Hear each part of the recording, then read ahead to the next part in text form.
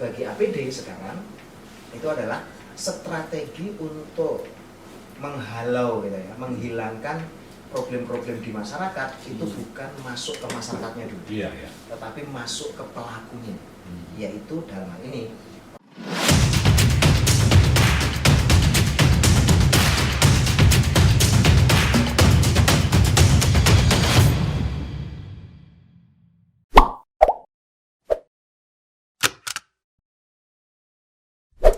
Assalamualaikum warahmatullahi wabarakatuh.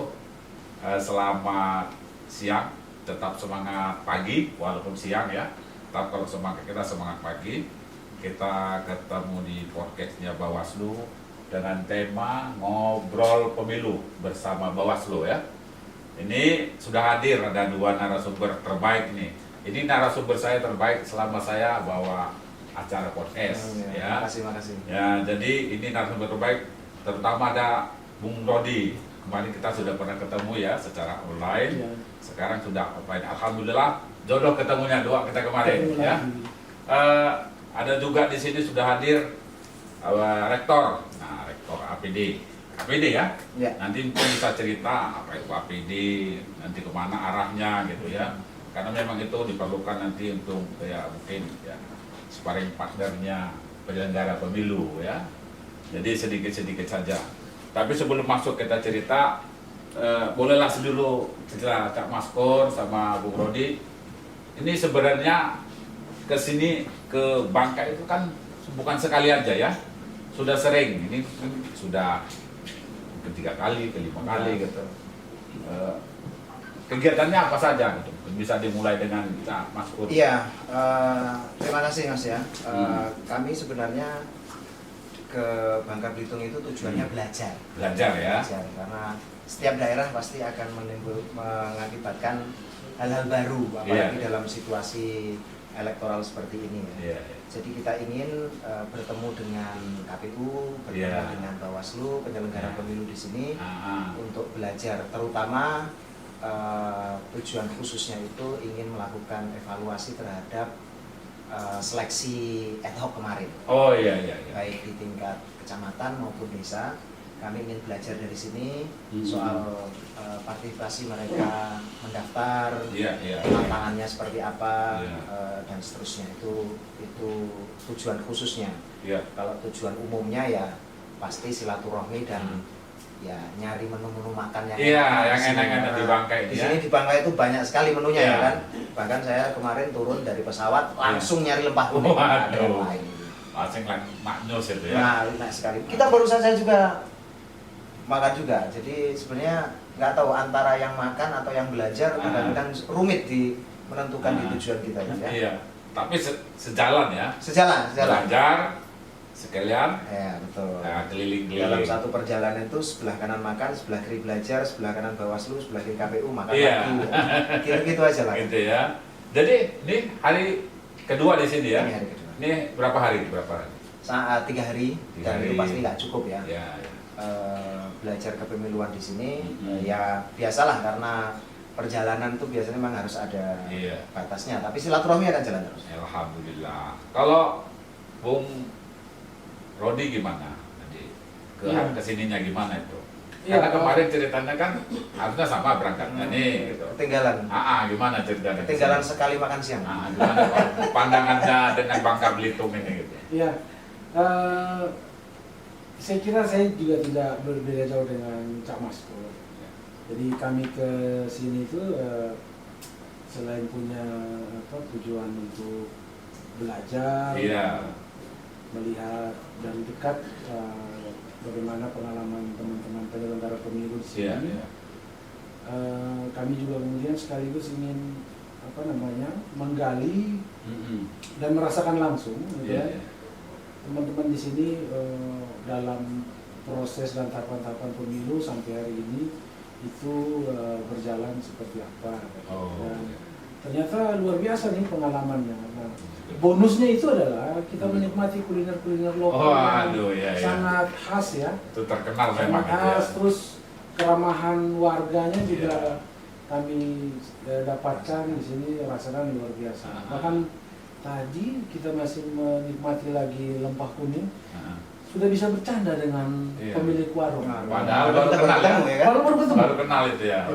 Dan saya kira ini sebuah modal yang baik untuk relasi penyelenggara dan stakeholder sejumlah pihak di masyarakat itu untuk bersama-sama menyelenggarakan pemilu, berpartisipasi dalam penyelenggaraan pemilu 2024. Jadi ini sedikit menantikan ya para sahabat-sahabat Bawaslu, para pendengar podcast ini kan kepengen tahu juga nih, ini siapa yang datang ini sebenarnya. Ini tadi disebut rektor apa gitu ya. Ini tadi ada Bung Rodi ini kan juga sudah terkenal gitu, walaupun kita baru hari ini ketemu offline, tapi kan kepengen juga mungkin nanti teman-teman Bawaslu, oh itu siapa? Mungkin bisa juga nanti Bung Rodi dengan Cak Maskur saling memperkenalkan diri lah, prosesnya apa gimana, profesi selama ini apa gitu, berkecimpung di bidang mana. Mungkin boleh dimulai dari Cak Maskur dulu, boleh? Boleh. Mungkin sepanjang hidup saya itu bisa dibagi dua ya. Pertama saya belajar di agama. Jadi cita-cita orang tua saya itu dulu sebenarnya sesuai dengan nama saya, Mas Rutin Hafid, pengen anaknya itu hafal Quran, terus nanti mungkin juga punya lembaga pendidikan Islam dan seterusnya gitu ya. Nah makanya kemudian seluruh pendidikan saya itu di agama. Cuman pada saat di Jakarta, saya bergabung di organisasi yang sifatnya sangat pesantren banget. Cuman organisasi ini bergabung di kelompok yang mantau pemilu. Lalu saya diutuslah oleh direkturnya Pak Asdar untuk gabung di situ. Namanya di perintah kiai kan saya ikut ya. Manut lah. Akhirnya saya belajar pemilu. Nah, kok ternyata proses pemilu tuh akhirnya yang sekarang menjadi nasib saya. Jadi bergabung di pemantau, dari pemantauan memiliki banyak teman, relasi. Kemudian bergabung 5 tahun terakhir di Bawaslu RI sebagai tenaga ahli. Nah, momentum menjadi tenaga ahli itu pada akhirnya memang memperkenalkan saya ke teman-teman di seluruh kabupaten, kecamatan di seluruh Indonesia. Termasuk saya dengan moderator ya. Jadi akhirnya sama Pak Luksin itu kita 5 tahun kan berinteraksi dengan sangat intensif, dan itu berlaku di seluruh Indonesia. Berlaku di seluruh Indonesia. Ya sudah, jadinya kemudian begitu setelah selesai di Bawaslu, sekarang tugas utama saya ya sudah tinggal menyapa kembali teman-teman yang dulu kita pernah pernah bekerja bareng gitu. Akhirnya bersama Mas Rudi dan teman-teman yang lain ya sudah, kita silaturahmi aja ini keliling daerah-daerah sambil belajar ya, sambil keliling ya. Kalau Bung Rodi gimana? Pak Luksin, saya ini rutenya itu jadi sampai bisa masuk ke berinteraksi dengan teman-teman pegiat pemilu. Memang sejak awal karena saya memulai kesenangan dengan menjadi peneliti. Hobi ya, dari hobi menjadi peneliti elektoral, gitu kan. Jadi kemudian walaupun saya ada di pinggiran, gitu kan, tapi kemudian berinteraksi dengan banyak orang-orang hebat, gitu. Seperti dengan Cak Maskur, beberapa nama yang sudah terkenal akhirnya saya jadi ikut-ikutan mereka. Nah, saya sejak kira-kira mungkin hampir 20 tahun berjalan ini, memang fokusnya pada demokrasi elektoral. Jadi kalau boleh saya cerita sedikit, selain sebagai peneliti, saya sebagai pengajar di kampus ya di Universitas Nusa Cendana, termasuk direkrut Cak Maskur juga untuk mengajar di APD itu. Nah itu memang saya berhubungan dengan mata kuliah seperti pemilu, partai politik dan seterusnya yang berhubungan dengan demokrasi elektoral. Nah sementara di di penelitian sendiri saya memang sejak kira-kira mungkin beberapa 10 tahun lalu, sudah lama ya, 10 tahun ya, sekitar 15 tahun lalu itu bersama, kalau saya cerita mungkin 2 atau 3 saja. Kami dulu itu kan ada salah satu program namanya TKP, TKP ya. Tata kelola pemilu itu yang merintis awal-awal dan ikut merancang, menulis kurikulum dan modul-modul itu saya salah satunya. Di kampus ini ya. Dulu itu ada namanya beberapa kampus tergabung dalam satu kerja kolaboratif. Jadi waktu itu yang jadi mengkoordinir kami itu Profesor Ramlan Subakti dari Airlangga ya, Universitas Airlangga. Dan kemudian membuat itu, lalu saya terlibat beberapa riset tentang politik uang, politik klientelisme dengan teman-teman dari Gajah Mada University dan Australian National University dan seterusnya. Sampai kemudian juga yang berikut karena ya berinteraksi dengan teman-teman pegiat pemilu, akhirnya kita sering kali terlibat di dalam ketemu dalam acara-acara. Kira-kira itu mungkin pengalaman yang membawa saya hari ini bertemu di sini. Bertemu di ya. sini.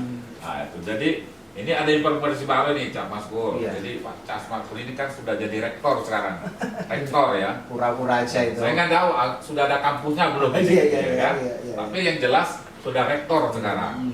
Saya juga rencananya jadi koordinator gitu ya. Tapi sekarang sudah direktur ini. Ada yang namanya yang sekarang sudah dibentuk oleh Cak Maskur ini organisasi Akademi Pemilu dan Demokrasi. Kira-kira nanti organisasi boleh diterangkan apa sebenarnya APD ini? Mungkin nanti kontribusinya kepada pemilu itu apa, kepada masyarakat. Kira-kira apa sebenarnya? Ya, jadi sebenarnya juga kita di APD agak kaget juga ya melihat perkembangannya. Jadi awalnya saya berpikir begini saja, bahwa yang namanya seleksi itu pasti antara yang jadi sama yang tidak jadi itu lebih banyak yang tidak jadi. Udah pasti dimanapun ya. Ada apa namanya sesuatu yang diperebutkan, yang dapat pasti lebih sedikit dari yang nggak dapat, itu dimanapun begitu. Misalnya, nah di proses seleksi penyelenggara pemilu itu juga seperti itu. Misalnya kabupaten kota 5 itu yang daftar bisa banyak, ada mungkin 400, 300 dan sebagainya. Katakan misalnya yang daftar cuma berapa gitu ya kan. Jadi kalau misalnya yang jadi 5, yang daftar 100, berarti kan ada 95 orang yang nggak jadi.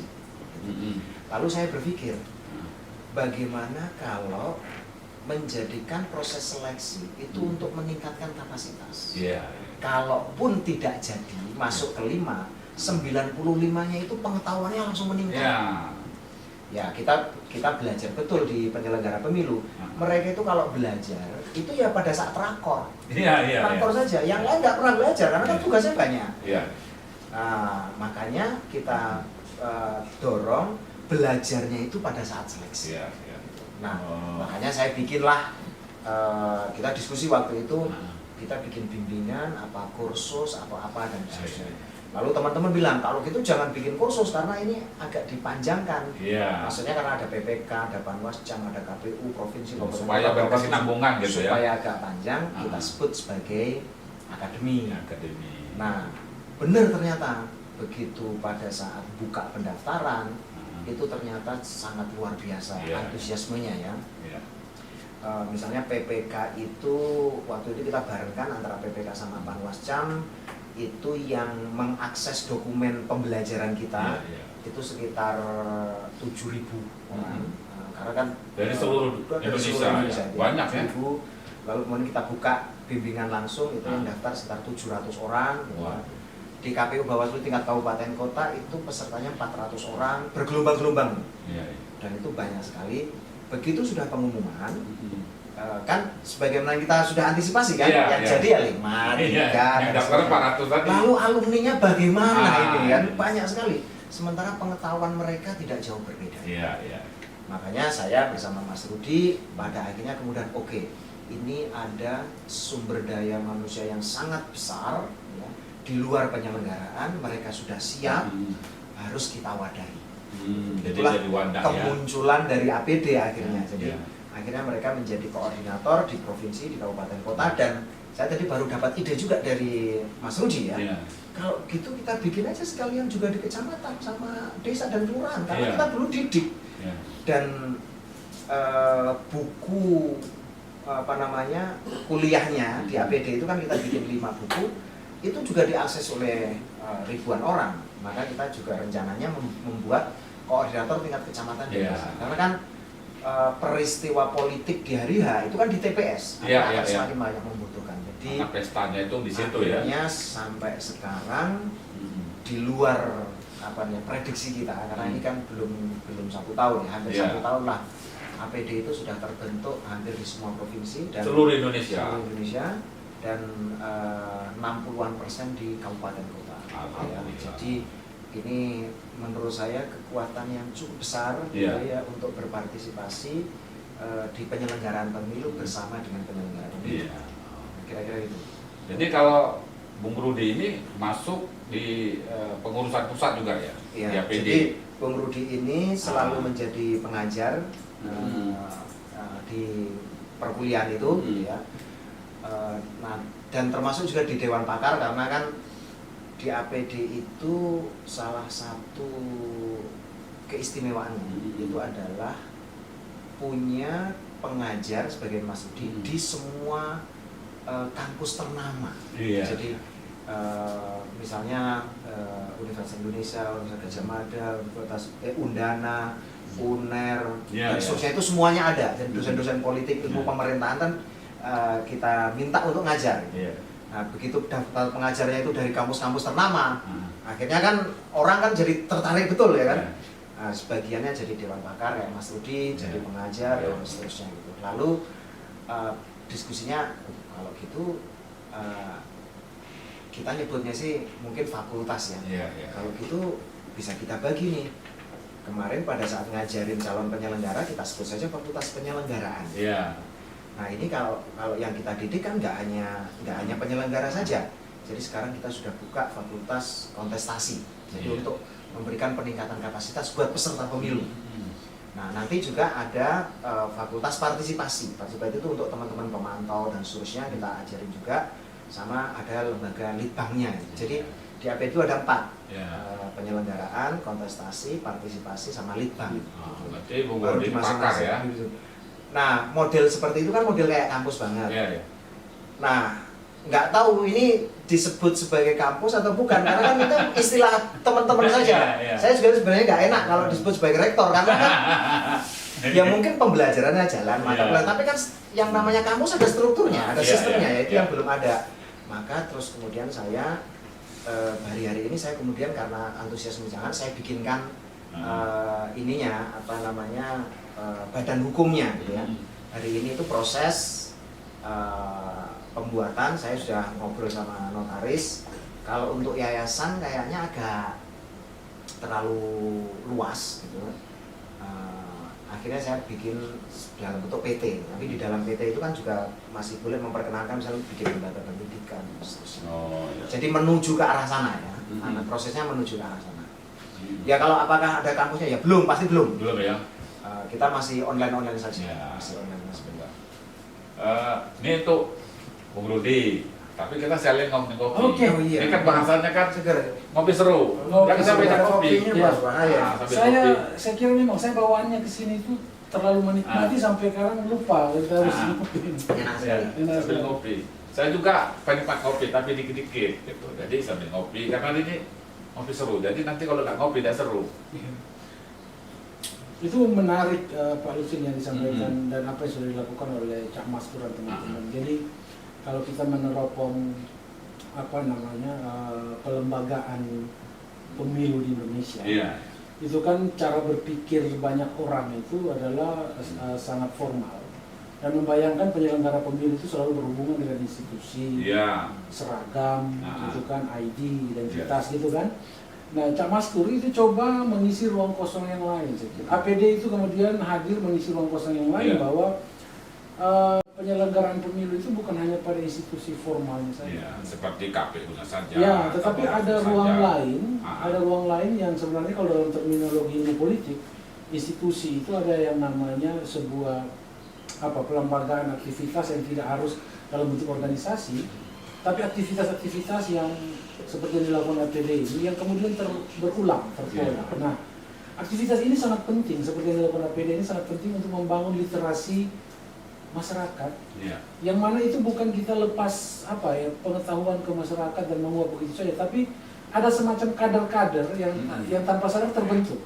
Iya. Jadi mereka misalnya yang mengikuti mengikuti seleksi, lalu mereka tidak lolos dalam seleksi, mereka akan kembali ke masyarakat. Iya. Nah selama ini sama dengan teman-teman kita ya. Selama ini kan teman-teman yang tidak lolos dan kembali ke masyarakat ini kan kemudian hilang begitu saja.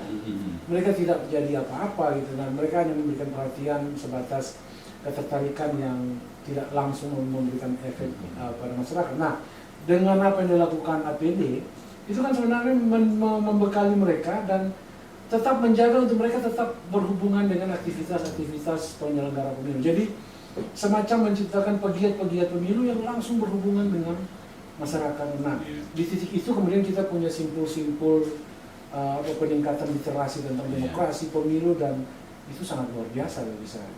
Ya, kalau kita misalnya berkaca dengan pemilu 2019 ya, sama sekarang itu, kalau yang kemarin itu kan kita sudah lihat bagaimana ironisnya gitu. Ironis dalam arti kata kompleks, banyak masalah gitu ya, masalah khususnya kita tahu bahwa dulu penyelenggara ada yang ya kan teman-teman yang sudah meninggal dunia. Mungkin teman-teman penyelenggara sekarang kan sudah mengantisipasi mungkin dengan batasan umur. Tetapi konteks sekarang kan berbeda. 2004 mungkin mungkin lebih kompleks lagi. Nah, bagaimana kira-kira nanti APD bisa berkontribusi untuk memberikan masukan kepada kawan-kawan penyelenggara pemilu supaya masalah-masalah kepemiluan 2004 ini bisa diminimalisir gitu kan. Ya, jadi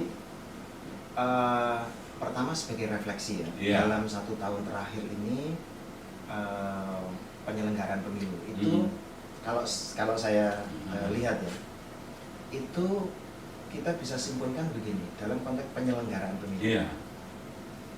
Bawaslu fokus pengawasannya itu hanya kepada KPU. Sebagian besar kan begitu. Pokoknya dia selalu memonitor pekerjaannya KPU. Teknisnya gimana gitu. Mungkin sampai ada problem keterbukaan informasi, melaporin ke etik dan seterusnya.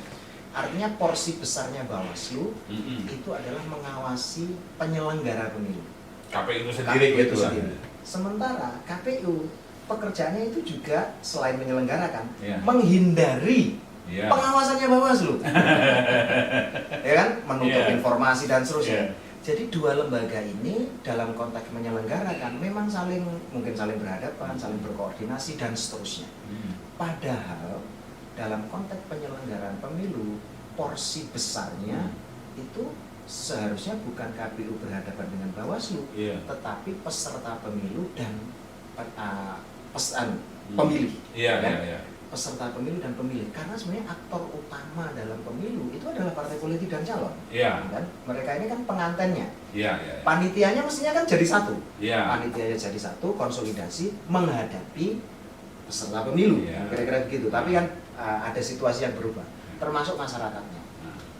Nah, dalam konteks itu sebenarnya APD ingin meningkatkan pengetahuan dan kapasitas termasuk non penyelenggara pemilu agar mereka juga tahu mana yang boleh, mana yang tidak boleh, sehingga nanti kerumitan di hari H itu bisa dikurangi. Kalau kerumitannya bisa dikurangi, penyelenggara pemilunya bisa lebih santai. Karena mereka tahu tidak perlu mereka harus melakukan penindakan karena peserta pemilunya sudah tahu ini boleh tidak boleh. Maka kalau dinarasikan nih, direncanakan itu, biarkan penyelenggara pemilu itu bermain dalam proses misalnya menemukan pelanggaran, menjadikannya penindakan, menyelesaikan sengketa terhadap apa yang dilakukan oleh KPU. Oke, itu silahkan dilakukan. Tapi bagi APD, selain menemukan pelanggaran yang mungkin diselesaikan oleh penyelenggara pemilu, kita mendorong untuk menyelesaikan persoalan. Ini agak beda ya. Jadi refleksinya itu dari hanya sekedar menemukan pelanggaran ke menyelesaikan persoalan. Nah, kalau menyelesaikan persoalan itu kan sifatnya lokal.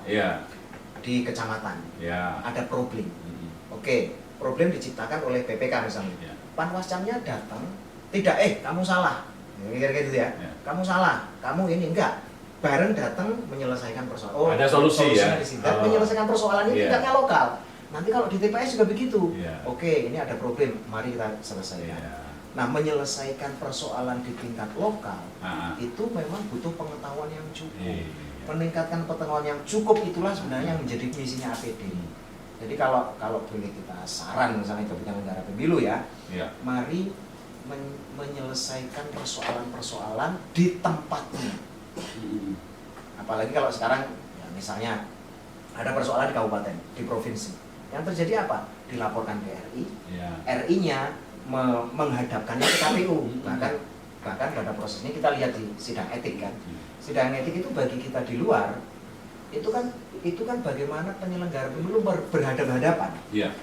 Padahal ya itu bisa saja dalam konteks meningkatkan tahapan penyelenggaraan, tapi ada hal lain yang dimana sekarang ini waktunya udah mepet, peningkatan kapasitas belum, kan sistem belum disiapkan. Nah, menyelesaikan persoalan lokal itu menurut kami ini akan jauh lebih relevan. Nah, APD di titik itu berada di luar, mengakselerasi pengetahuan. Ya, kalau misalnya dalam proses mengakselerasi pengetahuan itu ternyata ada manfaatnya, misalnya soal kerjasama, menjadi narasumber, fasilitator, pengawasan partisipatif dan seterusnya, ya itu bagian yang sebenarnya kita bisa jadikan kerjasama. Kalau Bung Rudi kan ini sudah keliling belum? Kota Pangkal Pinang lah dulu. Sudah keliling belum? Sudah. Bentar lagi ya. Sudah sering lah ya. Saya keliling beberapa walaupun belum semua. Kalau misalnya kita lihat ya, Pangkal Pinang ini kan kepulauan ya, jumlah penduduknya juga nggak terlalu kecil, nggak terlalu besar. Kadang kita lihat kontestasi politik nasional itu agak keras gitu ya. Di lokal dia sebenarnya biasa-biasa saja. Bagaimana Bung Rodi melihat misalnya permasalahan nasional di lokal? Apakah ada hubungan yang bisa menentukan perubahan yang signifikan atau gimana? Misalnya khususnya di Bangka Belitung. Iya, kalau dari beberapa interaksi yang saya dapatkan dan informasi-informasi dari interaksi itu, saya kira Bangka Belitung ini punya modal sosial yang cukup baik. Karena dari cerita-cerita itu dengan berbagai segmentasi masyarakat yang ada di Bangka Belitung, tetapi itu tidak membuat menjadi semacam jurang pemisah yang terlalu lebar, gitu kan, di antara segmen-segmen masyarakat itu. Nah, karena itu kemudian politik nasional yang cenderung bermain di ruang-ruang segmented itu kemudian di Bangka Belitung, kalaupun ada pengaruh, saya kira Bangka Belitung punya, masyarakat di sini tuh punya semacam modal sosial untuk bisa meredamnya dengan kearifan lokal. Itu yang menarik. Ini yang paling sederhana misalnya begini. Saya lihat di beberapa pertokoan, rumah-rumah itu kan ini bercampur ya, antara yang Melayu, dan lain sebagainya. Tapi interaksinya itu sangat tenang. Saya tidak tahu lebih dalam nanti seperti apa. Tapi dari apa yang saya amati, kira-kira ini sebuah modal yang baik, bisa berdampingan dalam sebuah kehidupan bersama, termasuk kehidupan bersama secara elektoral ini. Dan sepanjang yang saya tahu, saya lihat itu, saya kira baik saja. Hanya kalau politik nasional penetrasinya sejauh apa, saya kira itu juga perlu sebuah refleksi khusus. Tetapi saya kira masyarakat Bangka Belitung sudah memiliki modal sosial yang cukup baik untuk bisa memfilter kira-kira mana yang harus diserap dari politik nasional, kemudian mana yang kemudian tidak harus diserap. Kalau ke depan mungkin ada masukan nggak bagaimana upaya-upaya yang akan dilakukan khususnya APD ya, memberikan pendidikan kepada pemilih ya, supaya mereka bisa memisahkan mana informasi-informasi yang nggak benar, hoax ya, mana bisa memberikan informasi yang mencerdaskan pemilih ke depan. Kira-kira langkah-langkah ke depan itu ada nggak? Kira-kira apa mungkin program ke depan?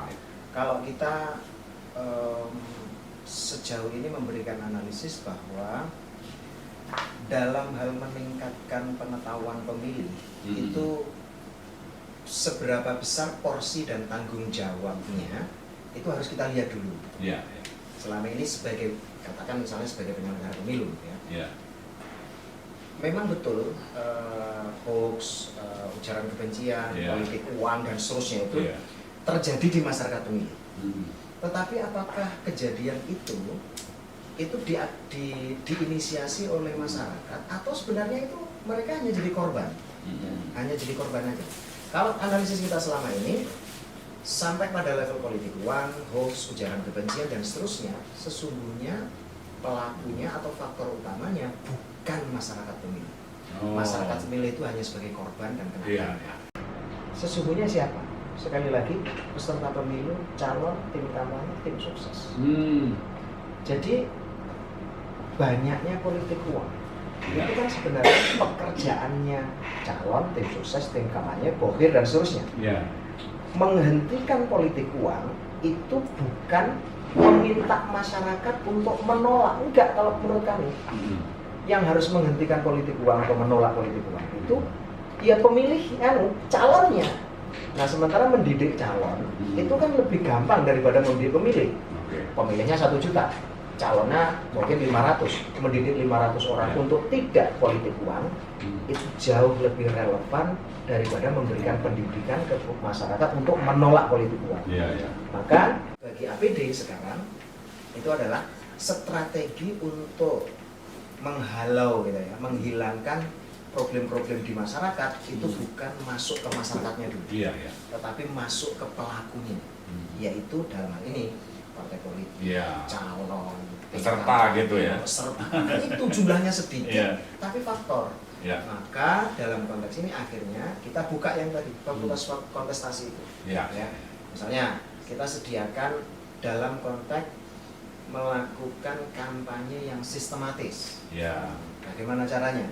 Bagaimana melakukan kampanye yang tidak melanggar. Berarti ada nanti seperti pelatihan ada model-model begitu. Memang kalau kita tidak melakukan politik uang, kita tidak bisa untuk memberikan sesuatu ke pemilih. Bagi kita bisa, kata siapa? Gitu. Jadi uang kita tetap bisa tersalurkan ke pemilih tanpa harus politik uang. Itu sebenarnya ada caranya juga kan. Nggak mungkin juga kita menghadapi masyarakat tanpa biaya kan.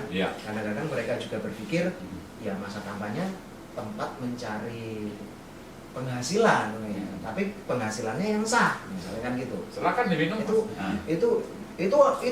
Itu kita bisa caranya seperti itu. Gitu. Jadi target kita sejauh ini yang dekat itu adalah memang bagaimana meningkatkan kapasitas bagi peserta pemilu sebagai faktor penentu apakah pelanggaran itu sebanyak. Memang kalau cerita ini nggak habis-habis ya, nanti mungkin panjang ini, mungkin akan kita perpanjang lagi ke depan, karena memang kita kan mungkin Bung Rodi mau jalan juga, Cak Mas Subut mau jalan, tapi sebelum kita tutup ini tutup dulu ya, jadi kita minta dulu closing statement-nya. Kira-kira harapannya ke depan itu gimana gitu ya?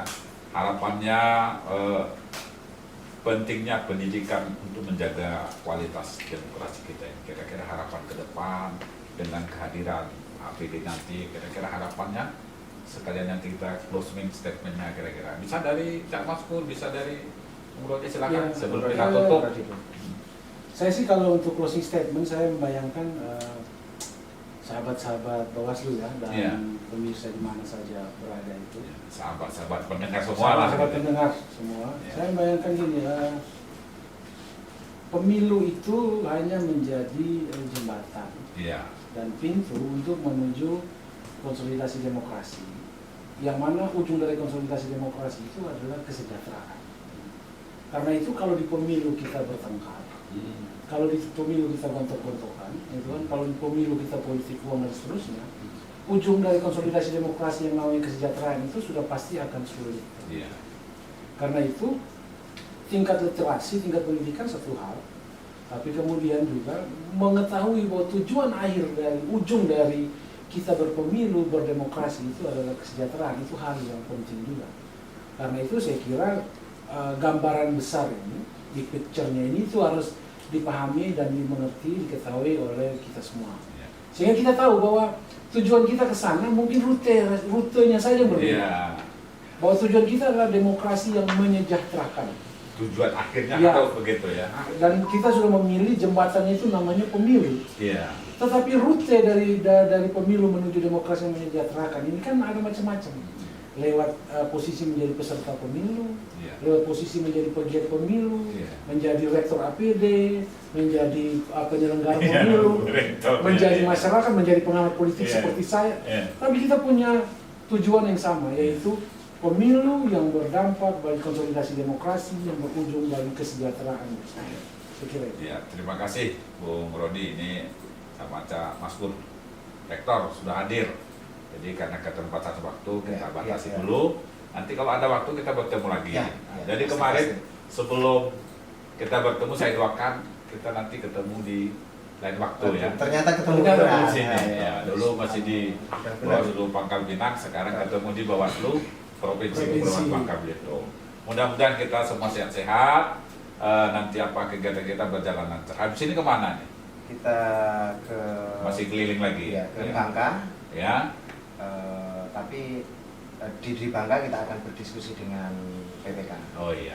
Setelah itu kita akan makan-makan lagi di Sungai Liat. Wah, tetap kuliner ya. Kita tetap kuliner pokoknya. Iya. Jadi Menikmati kekayaan Indonesia. sekali lagi terima kasih sudah hadir di podcastnya Bawaslu Provinsi Kepulauan Bangka Belitung di Ngopi Seru, ngobrol pemilu bersama Bawaslu Provinsi Kepulauan Bangka Belitung.